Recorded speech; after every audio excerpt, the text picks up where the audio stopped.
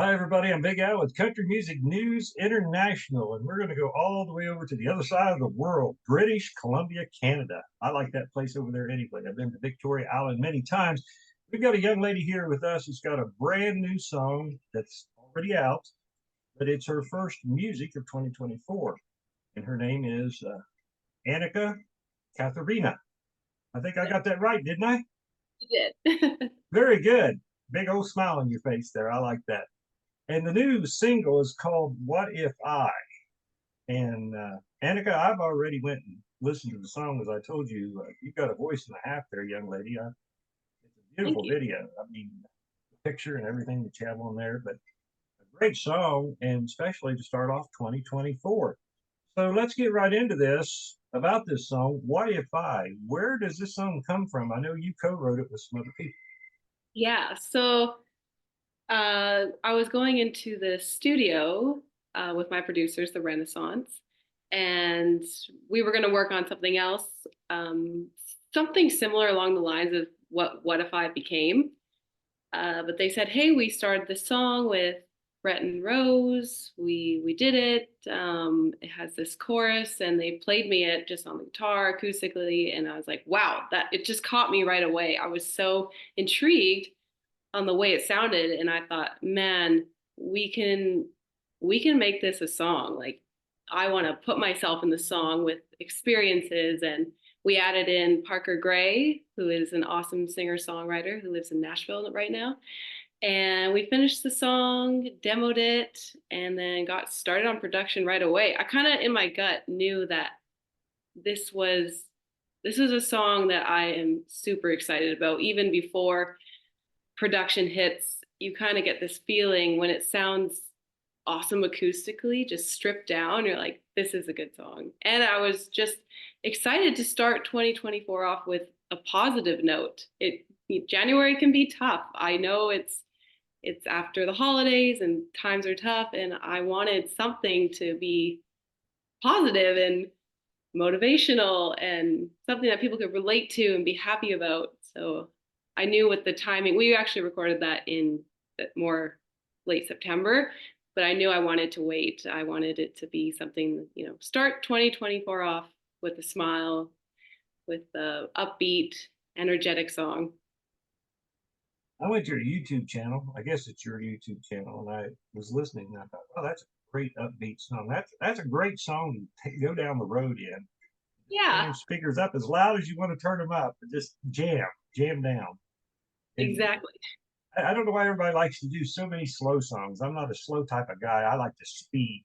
That song would really speed me down the road. Once again, we're talking about the song What If I, which has been released. It's on just about any download platform that you want to go and pick up that song.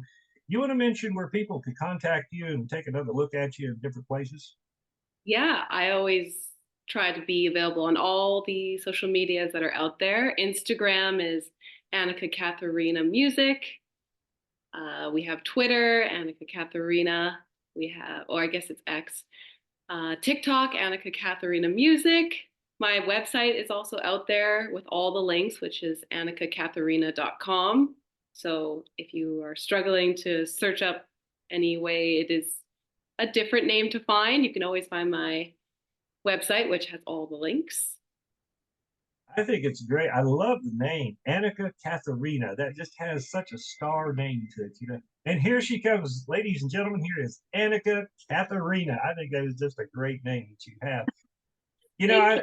well, I really do. I know life hasn't been that great for you a couple years ago, and I mentioned to you before we got on here to talk that I would like to ask you about this. Now, I think it's a very important part for people to know some of the hardships, whether it's good or bad, for artists. And with that, I'm just going to let you take over and talk about a devastating accident that you. Yeah, around the end of 2017, it feels like yesterday that this happened, but it's coming. It seems like the years have gone by, but it just feels like yesterday. But I was young. I knew I wanted to pursue music. I was halfway through university at the time, and I knew I was like, I don't think I can finish. I want to do music. I love singing. it was everything. It is everything. So me and my friends, we said, okay, we're going to book a trip to Thailand and we're going to travel. I just saw a lot of people traveling and I thought it was a good break. I thought I deserved it, all this stuff. We went to Thailand and we were there for about a week before we crashed on our mopeds. And I I knew that I was like a little more of a nervous traveler, so I was opting to double with my friend most of the time. And for the first few days, we were fine. And I guess when we were doubling going down a hill, it was too much for the brakes and they failed. We crashed, and I pretty much broke everything from my upper jaw down, my jaw, my chin. I lost a bunch of teeth. And for the next so many years, I was getting facial work done. I was getting dental surgeries. I had to have emergency surgery in Thailand and then wait a couple years so I could reconstruct my jaw so that I can have a functioning jaw in the future. And while all this was happening, I told my oral surgeon, I was like, oh, do you think will this affect my singing? Like, this was my time where I was going to just devote all my stuff and time to music. And he said, well, it's going to be a while. And it was. And he said, there's a chance, there's nerve damage, all that stuff that could happen. But if you don't get this surgery, like, it's going to cause you troubles down the road. And so I did. It was all good. The reconstructive part, I did lose a few nerve endings. I'm not sure if that, but there is some nerve damage in my mouth, and it's totally doable. It doesn't affect my voice, doesn't affect my singing. Most people would never know that ever happened to me because I never was really a big social media person. So I never posted about what I look like or the process of going through it, because it was quite a shock even to myself to see my face change so much over the years. And I'd say last year, the last year and a half, I've finally, I think my face has come down from what it was. It took so many years to like lose all the swelling and irritation in my mouth, and just any kind of dental procedure. I've had most of them done. And yeah, I'm glad that it's behind me. And to me, when it happened right away, the only thing I thought was, wow, life is pretty short, and I'm not going to hold back from doing what I love. So when I am able to sing, I'm going to give it all I got. And sure enough, by that time, COVID happened and then the world shut down. So I think everyone knows what it's like to struggle and have certain things taken away from you. And I think it's cool to see how people come out of those situations. I am super grateful. I know that some people have tragic accidents and they do not, to me, it was some surgeries, but that can heal. And I know that's not the case for everyone. So super grateful and super blessed. I have, honestly, I've been sitting here looking at your face, trying to figure and see if I see anything. And you know what? You must have some awfully good surgeons and people, because I see nothing that would even tell me that you had any kind of an accident, but a moped accident. That's that's very unusual. But let's get on something positive here.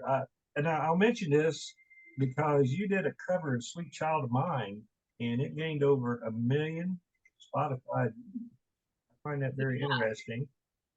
Sirius XM is on country radio in Canada.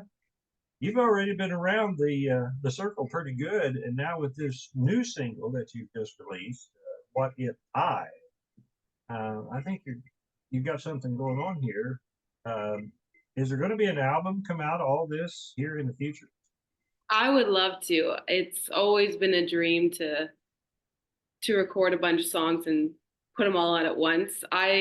For me, I love all types of styles and all types of genres too. And I love, like, I would love to blend a bunch in an album where there's a little bit different styles, different things going on in the song. I always like to keep it interesting for myself too.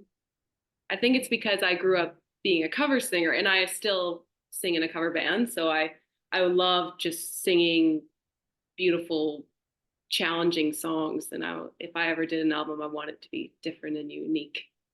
I think it will, and I can't. I'd really love to hear your voice on different songs.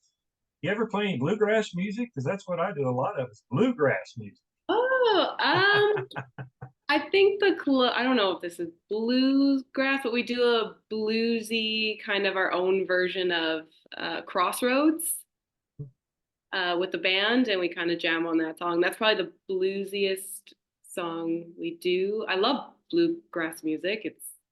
It's definitely high energy and makes you want to like tap your feet and Well, um, it's a little bit different now. Bluegrass is a little bit more commercial than used to be, and you can do a lot with it anymore. yeah. It we put a lot of country covers into bluegrass, and I was trying to think, what if would that work in bluegrass? I'm just trying to think. It is kind of a fast tune. Yeah.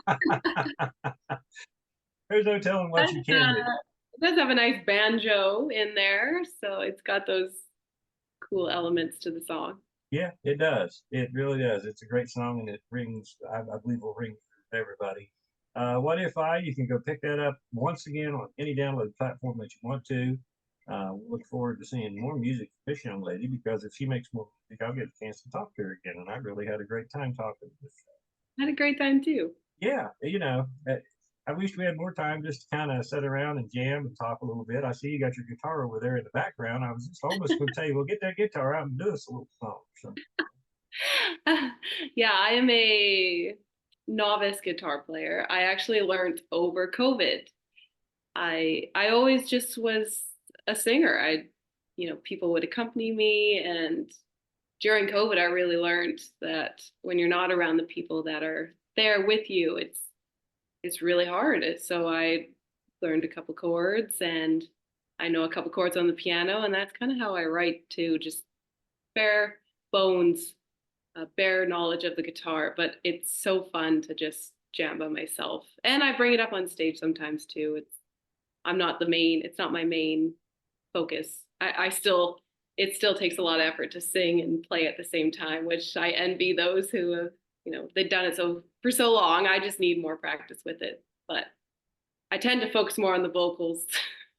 Yeah, I can tell that you got the most beautiful voice, crisp, clean, clear, loud, and I mean it really is a great voice. You can go check. And I gotta remember how to do this doggone name again. I love your name, Annika Catharina. AnnikaCatharina.com. That's where everybody wants to go. Hey, folks, I'm old. Okay, there's no problem with that. My mind drifts a little bit here and there, but no, I'll put this around. But you can check her out on Facebook, YouTube, Spotify, anywhere, Instagram, and make sure that you take the time to go listen to this single and pick it up and get it in your little USB key. What do they have now beside USB keys? They got earbuds and everything else. So what if I would, I think, fit just about any place. Annika, it's been fun, short, but it has been fun talking with you. Thank you. And don't forget, keep that smile going on. I think that is a very pretty smile. Thank you. You have yourself a great day, young lady. You too. Thank you so much.